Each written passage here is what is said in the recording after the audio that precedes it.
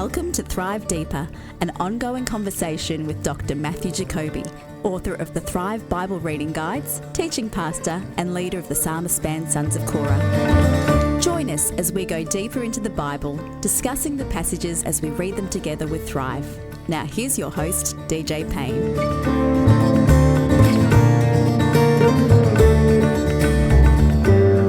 And welcome to episode 31 of Thrive Deeper. It is 2019 and we are so glad to be in a new year and to have you joining us.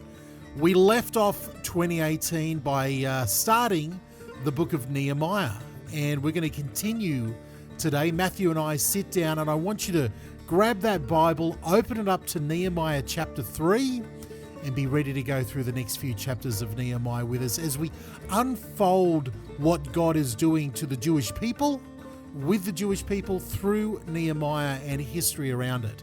I love this book so much, and I know that you're going to get a lot out of this week's episode. So join us now and make sure you stick around at the end. I'll be back to let you know some more information at the end. But right now, let's get stuck into it. The book of Nehemiah with Thrive Deeper. Thank you so much for tuning in.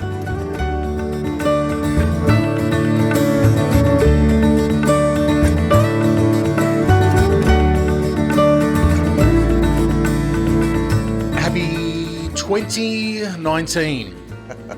Yeah. 2019. It is, isn't it? It is. Already. Now, do you say 2019? It's the future, isn't it? As someone who was born in the 70s and used to watch toward 2000 and then beyond 2000 as a child, right. 2019, I'm like, where's Buck Rogers? What's going on? Now, 2019. Yeah. 2019, which way do you say? Let's start with the big issues. Oh, yeah. 2019, I think.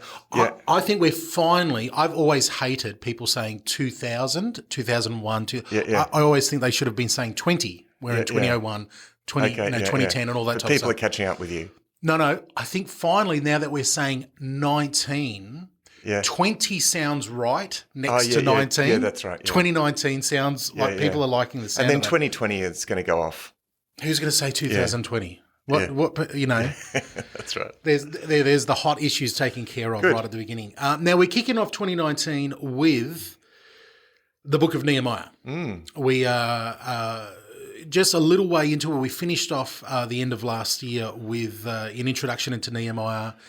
Got his basic story. You know, the cupbearer in working in the capital of the biggest superpower, one of the biggest superpowers the world has ever seen. Yeah, the Persian Empire. And when we read, something that my boys pointed out to me, that when we read cupbearer, we sort of, in our modern way of thinking, we think of a waiter with a serviette type of like a napkin over his arm coming in.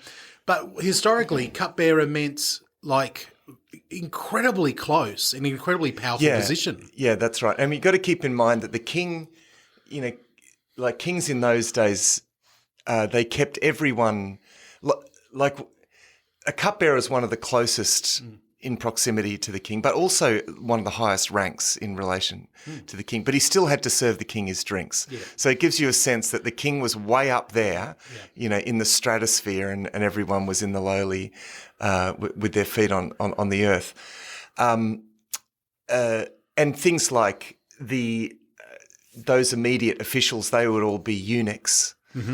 So that it would, because a eunuch could not become a king, so that they couldn't vie for the royal position. Couldn't sire any children, couldn't have an affair with anybody else in the court. Right. I mean, this is like what megalomania, you know, to surround yourselves by eunuchs who serve you this is your top officials in the land. Yeah, you can serve me my drinks. Yeah.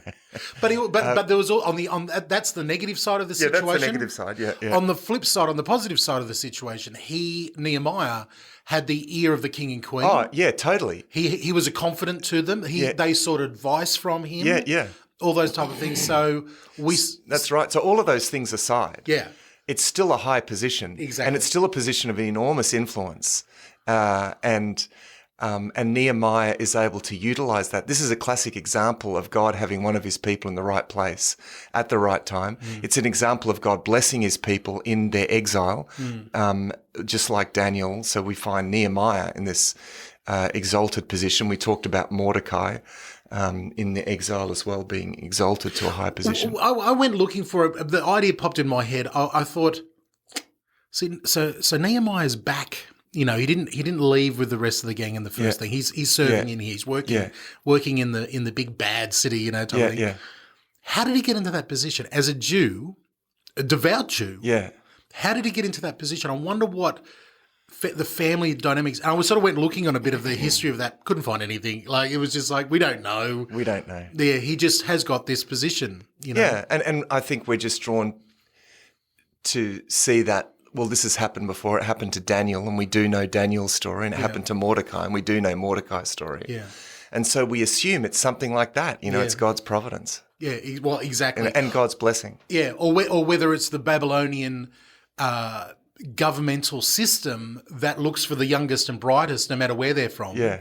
And Daniel's got this great reputation. Like, the Jews have got a good reputation amongst this kingdom. And so when they see him, they go, you'll do. In you come, you know, as a young man, he's groomed into that area. Yeah, probably. So anyway, so we cut to the chase. He is, through some family dynamics and relatives and stuff coming back and forth from Jerusalem, he hears the situation of what's going on under you know, Zerubbabel, under Ezra, all this type of stuff. And so he, as downcast and prayerfully, says to the king and queen, you know, through a circumstance, this is what he wants to do. He wants to take a contingency back to Jerusalem to build the walls. Yeah, that's right. Around Jerusalem. Now, question to kick off. Yeah. We've been inundated with prophecies from, let's see, from Zechariah, from Jeremiah, that God's kingdom, the new Jerusalem that they've been prophesying about, this Jerusalem to come, will not have any walls. And that all people from all over the world will come and be part of it. Yeah. Didn't Nehemiah believe that? That's a good question. There's that that statement in the book of Ezra where they're building the temple, and normally you would build walls first, but they build the temple first. And there's a statement to the effect that God will be a wall around us. So there's certainly evokes that tradition. But I think Nehemiah could well have taken that as a statement of, like, not necessarily a literal statement that it's literally going to have no walls, but as this is like a city without walls. It's a city that almost doesn't need walls because God is protecting her. But also the more important point is that, you know, it's a city that is going to attract the nations. It's not a city that's going to repel. I think this is the point in those prophecies. It's not a city that repels people, but a city that draws people in. So by saying it's a city without walls, you know, it's like we have that expression, you know, I can't think of an example now. Well, it's metaphorical. Yeah, metaphorical. Being you know, I think there's a book called A Church Without Walls. Yeah. Now, well, I bet you that church, the building. I bet you the pastor that wrote. I bet you that wrote that book. I bet you his church have walls. So it's that kind of thing, I think. Yeah. Yeah. Okay, and I do that to be facetious because it feels like this time of history, this is our final glimpse into the Jewish, the biblical history of the Jews before we have this, you know, period of silence, and then we finally get Jesus on the scene. Yeah, that's right. Yeah. And so we have this Zerubbabel, Ezra, you know, Nehemiah part of the story as Jerusalem sort of starts again. Yeah. And it just feels to me like it's disappointment after disappointment after disappointment with them.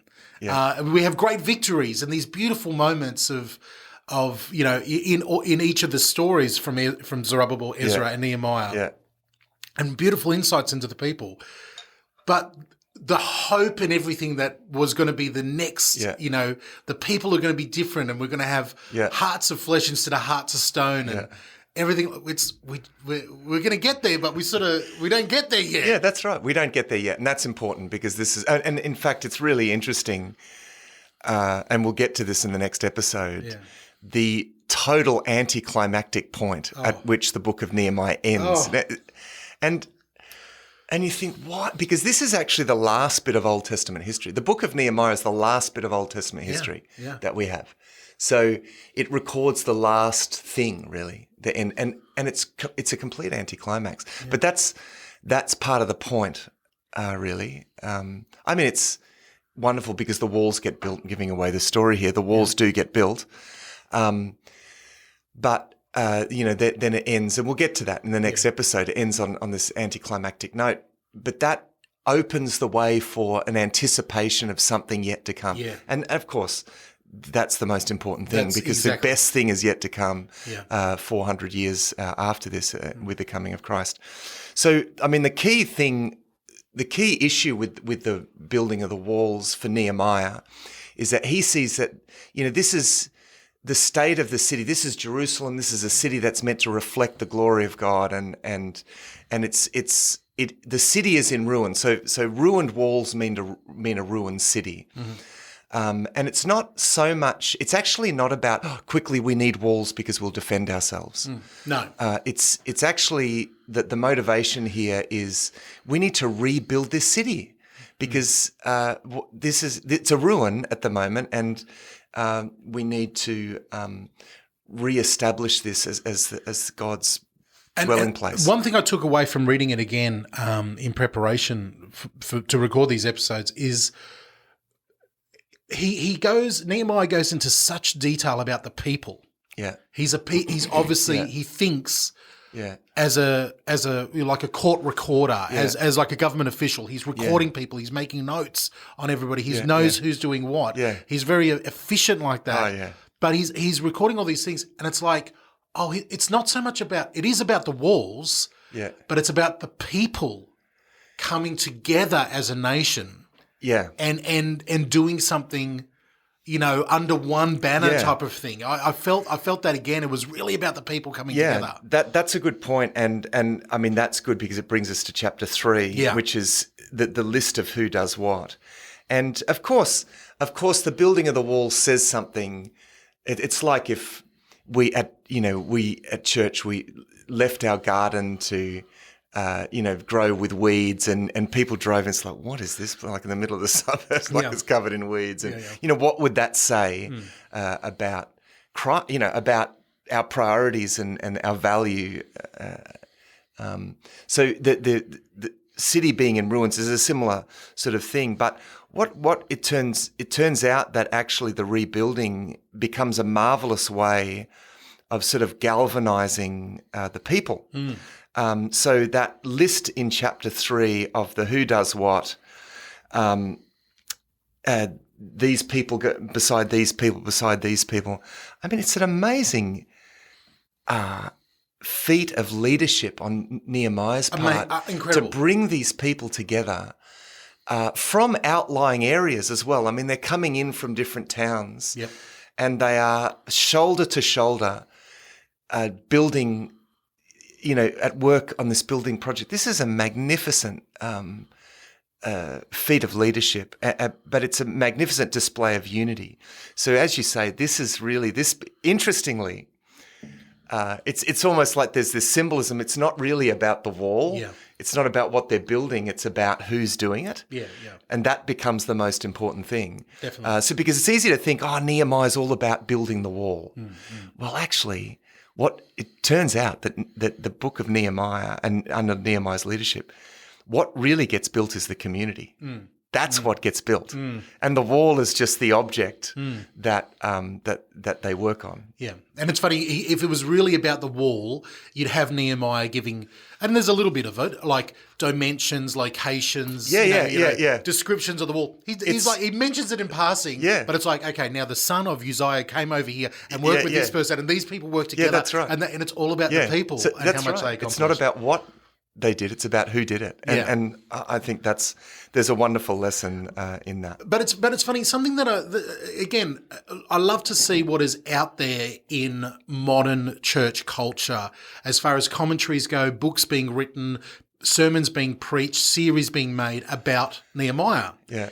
90% of it, I've pulled that figure out of the air, was 5 tips on leadership from Nehemiah. Yeah. How to be a more effective leader from Nehemiah. Which there's lots of good stuff on that. Yeah. Yeah, absolutely. But it's funny how, and again, it made me think, gee, are we missing a beat here with what we do with this podcast? Yeah.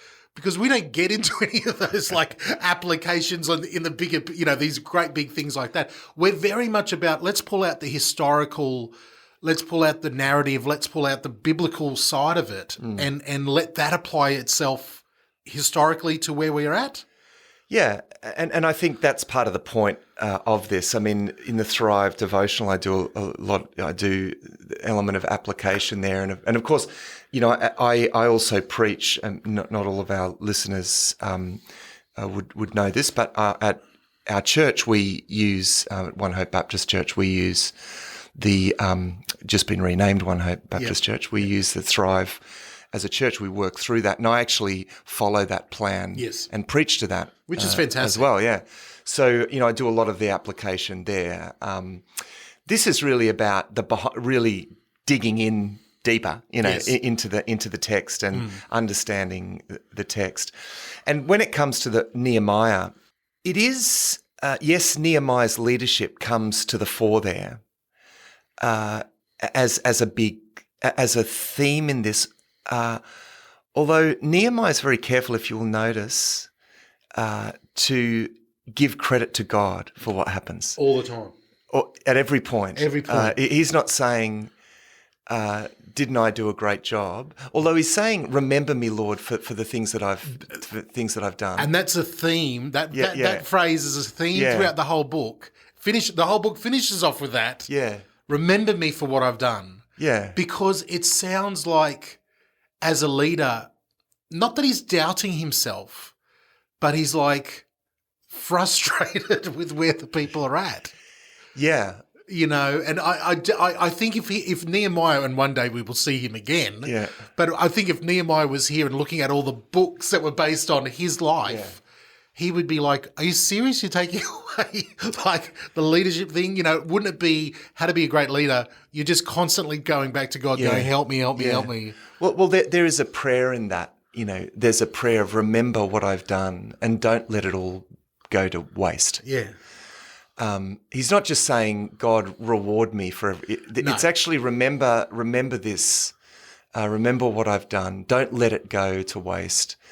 And I read there's a commentary that I read that pointed out at the end that in a very important sense, Nehemiah's prayer was answered quite remarkably, because the Jewish people are completely this really redefines Judaism, and I mean there are still problems there, and when we get to the first century there are problems there, but he really does reestablish these people to the point where when we get to the period sort of 170, when a Greek emperor wants to outlaw Judaism, there is an amazing sense of resistance to that, an amazing faithfulness to the law, and there's this uprising and this faith that is evident in that period, which is known as the period of the Maccabees, which we'll actually talk about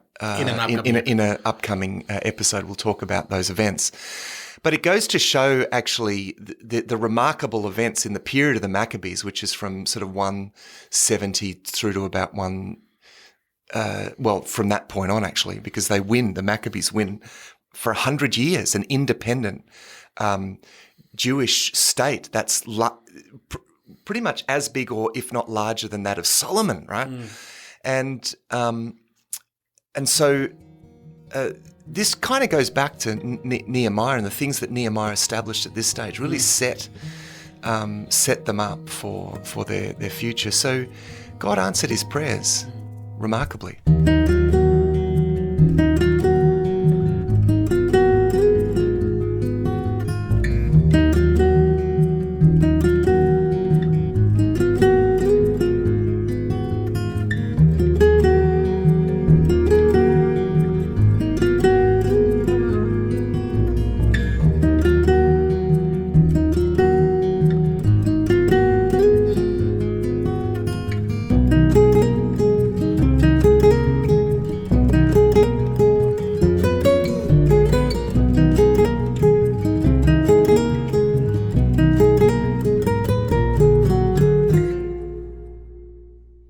let's move into chapter 4. We're running out of time here. Yeah. Chapter 4, we get our conflict, back.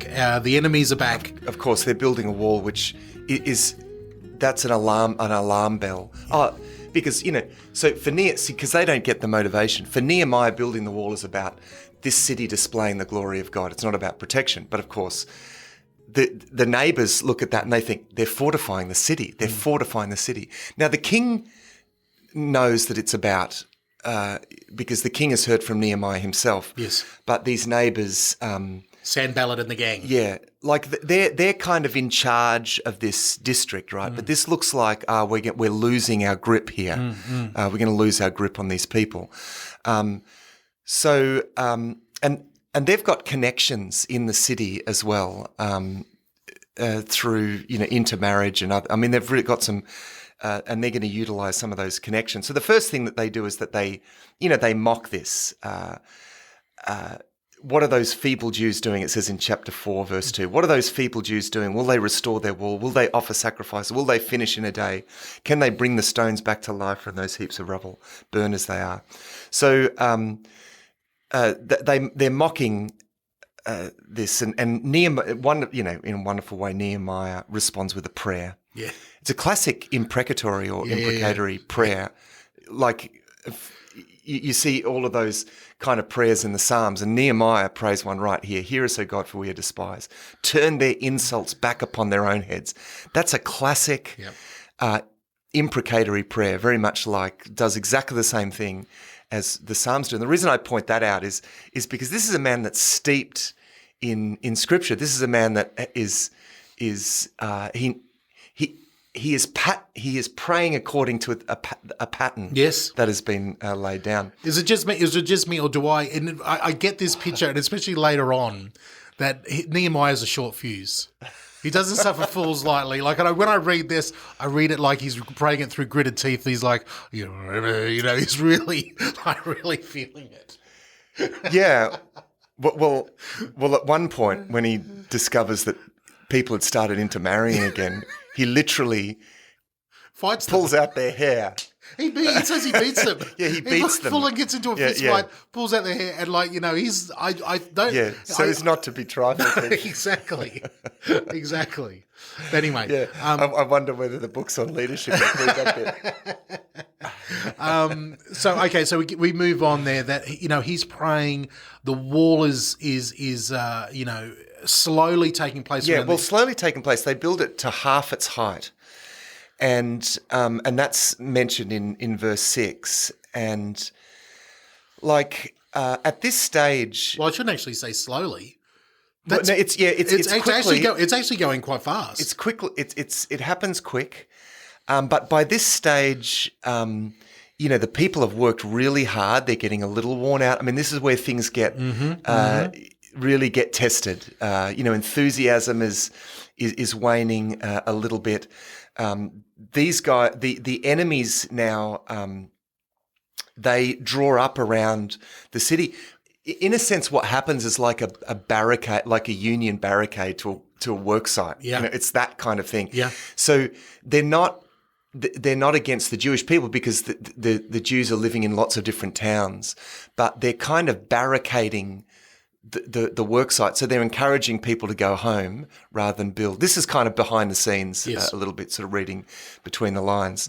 But they've come up from all sides too. Because remember, we talked about the different Sanballat, Tobiah, and the Arabs. The Ammonites, people of Ashdod. I mean, they are surrounded in effect by their enemies who are drawing up. Barricading this site, saying we're going to attack you anytime. This is like a battle of attrition. They're wanting to playing chicken with each other. Yeah, they're playing chicken. Yeah, and this is they're just wanting to wear them down. They don't they don't outrightly attack because they can't really do that. That's because they do have permission to do this. Nehemiah does have permission. So as I says, it's a process of trying to gradually wear them down. So now I mean, this is part of the reason for the speed is that Nehemiah knows that he's only got so long. You know what I mean? They need to do this quickly because otherwise they are going to get worn down. So they form this kind of barricade, and they're discouraging people from joining. They're encouraging people to leave. They're spreading rumors inside the city that a surprise attack was planned. They're wanting to unsettle the workers. And it's working. And it works. And people are getting unsettled. But this is again where Nehemiah, as the sort of godly leader, and in this sense, absolutely, 100%. he is portrayed here as the sort of the quintessential godly leader, doing the sorts of things that godly leaders did all through Scripture. And so, verse 14. So he does all the practical things. Verse 13, therefore I stationed some of the people behind the lowest points of the wall, exposed places. You know, he does all the practical things. Verse 14, after I looked these things over, I stood up and I said to the nobles and the rest of the people, don't be afraid of them. Remember the Lord, who is great and awesome, and fight for your families, your sons, your daughters, your wives, and your homes. And then, you know, they keep working. That kind of bolsters the people. And so they went back to their work. So Nehemiah gets them together. He gives them an incredible pep talk, but not only a pep talk, he goes, I've got a plan of action as well. That's right. Yeah. We're going to put people, like he spreads them out. We've got trumpeters there. You know, we're very spread out. If the trumpeters are the alarm system, basically the social media of the day, you know, type of thing. If you hear the trumpet blowing from there, we all run to there. Yeah, that's right. You know, if we hear it going from there, we run to there. Yeah. We work here. Everyone's got a sword on their belt. Yeah. You know, like we're working away, get ready to end at any moment. So they're prepared and they just go for it. Yeah. The last half of this building is full on. Yeah, that's right. So And so they actually working with, as it were, a trowel in one hand and a sword in the other. Yeah. I mean,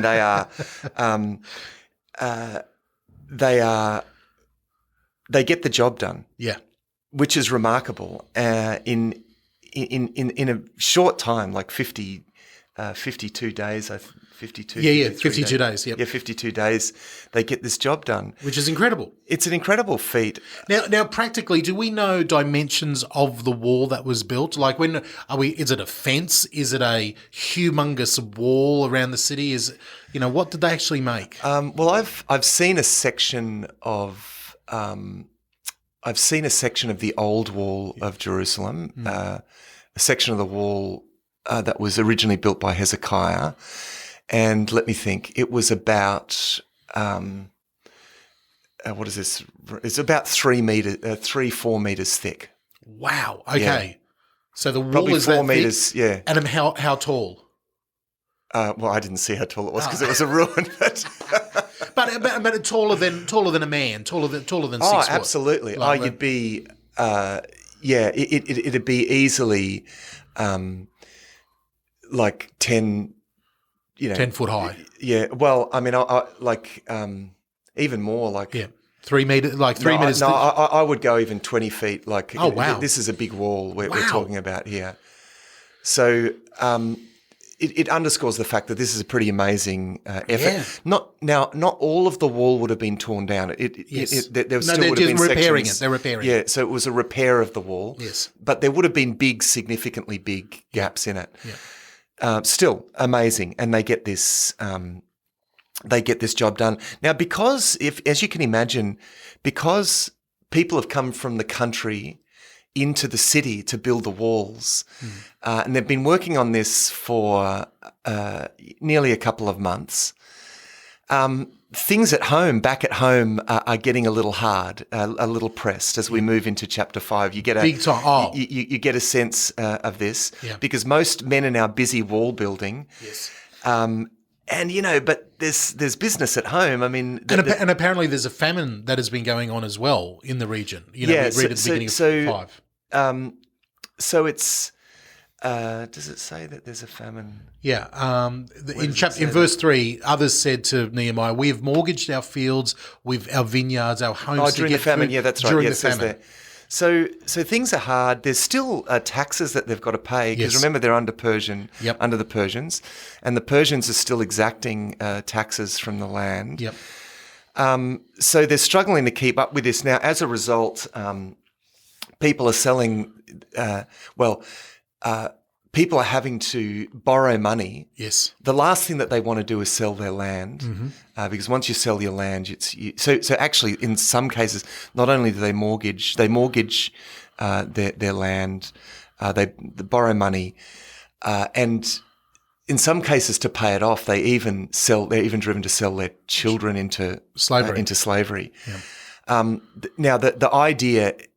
You think, well, why wouldn't they sell their land? Why wouldn't you sell your land before your children? Well, the idea is that when they recover, they can redeem their children, because remember, Israelite slaves could always be redeemed. And this is not. Correct me if I'm wrong here, but that's still bad, I should say. Yeah, it's still a bad situation. Just correct me if I'm wrong here. Reading chapter 5, have I got it right that this is all happening within the Israelite people? This is happening within the Israelite people. So they're not selling their kids into slavery like into Babylon. That's right. This is to each other. And the problem is that they're borrowing money, and there are people who are like the bigger landowners are the rich are getting richer. Yeah, the rich are getting richer and the poor are getting poorer. Thank you. So, and this is a problem now. This is comes to they raise an outcry about this, and Nehemiah is shocked at this, because, of course, you're not meant to charge your own people interest. Leviticus 25 says from verse 35, if any of your fellow Israelites becomes poor and are unable to support themselves among you, help them as you would a foreigner or a stranger, so that they can continue to live among you. Do not take interest or any profit from them, but fear your God, so that they may continue to live among you. You must not lend them money at interest or sell them food at a profit. So, and again, Deuteronomy 23 says, do not charge a fellow Israelite interest, whether on money or food or anything else. So the idea here is that don't exploit people by charging them excessive interest. And this has been happening.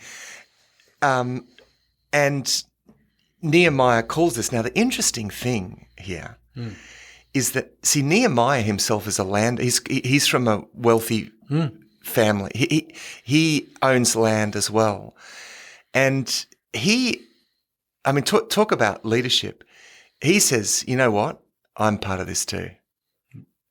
He candidly admits that he and his family, his personal followers, have also been involved in this.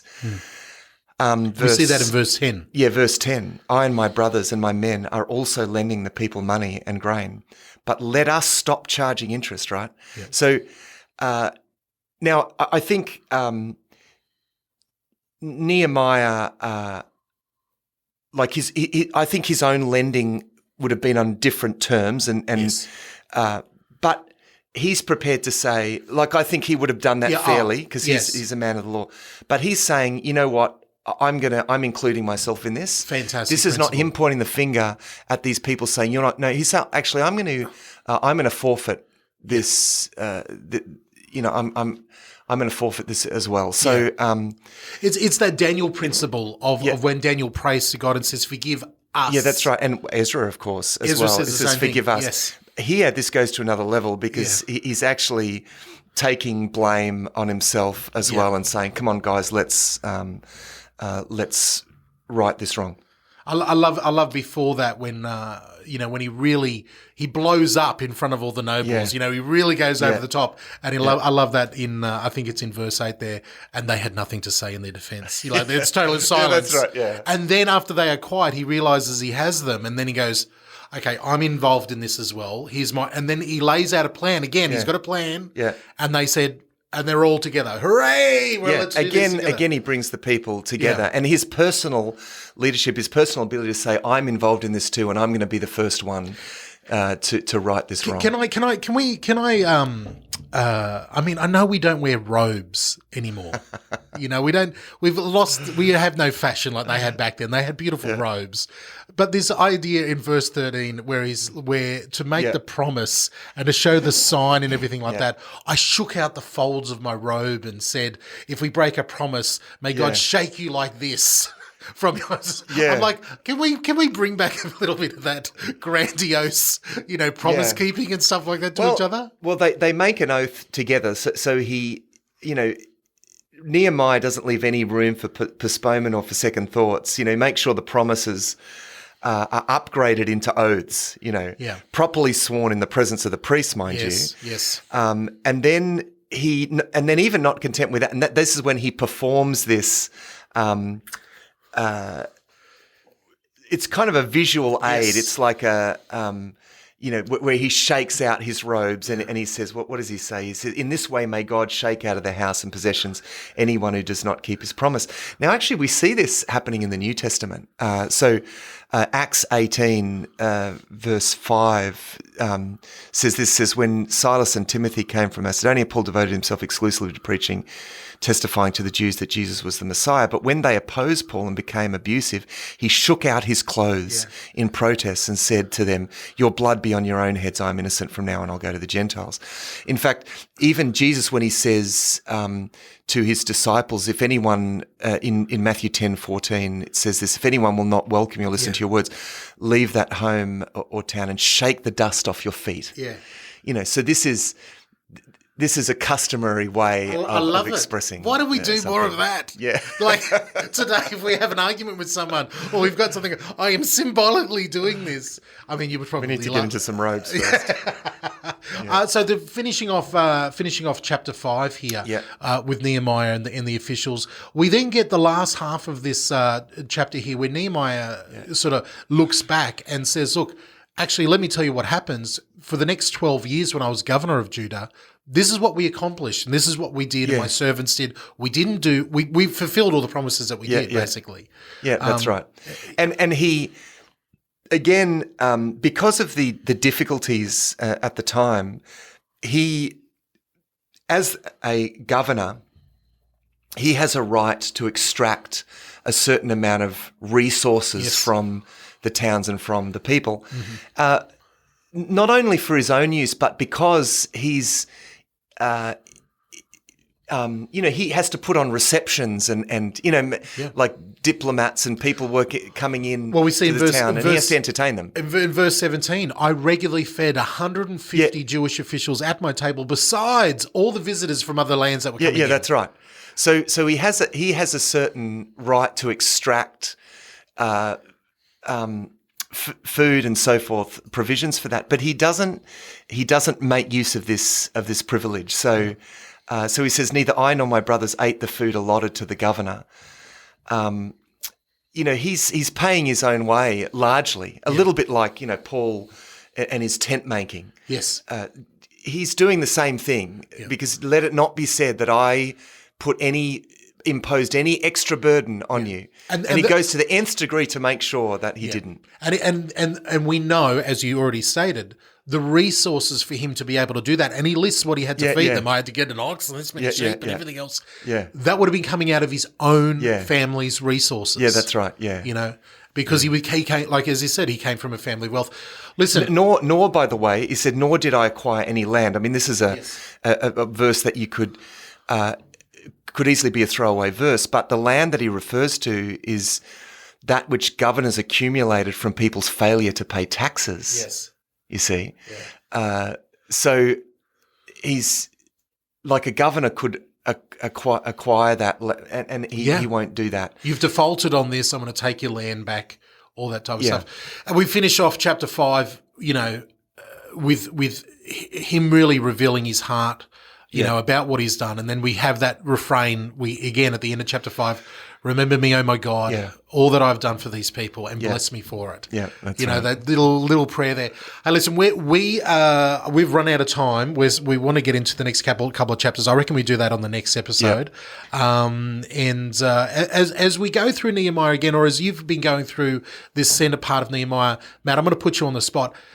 You're a leader, as you've mentioned, at One Hope. And and your official title that sits on the office door, not that it really does, but on the office door, Matt Jacoby, teaching pastor over the One Hope campuses. When you read Nehemiah and his leadership skills and what he does there for the people, what have you taken away especially in your pastoral role, as a teaching pastor there. Is there something that has spoken to you through this time? Yeah, that section about Nehemiah, actually this section that we've just talked about, the way that he doesn't separate himself with the people. He's not saying I've got it all together, but he's willing to recognize in the presence of the people his own failures and to lead out by example. And I just found that really challenging. That he embodies the truth. He embodies these principles. And in chapter 5, this is what Nehemiah does. He embodies these principles. He embodies the spirit of the law. And this is not just something for me. This is for us all. I mean, we're to embody the truth and radiate the truth. And this is what Nehemiah does, and this is what I want to do however I can.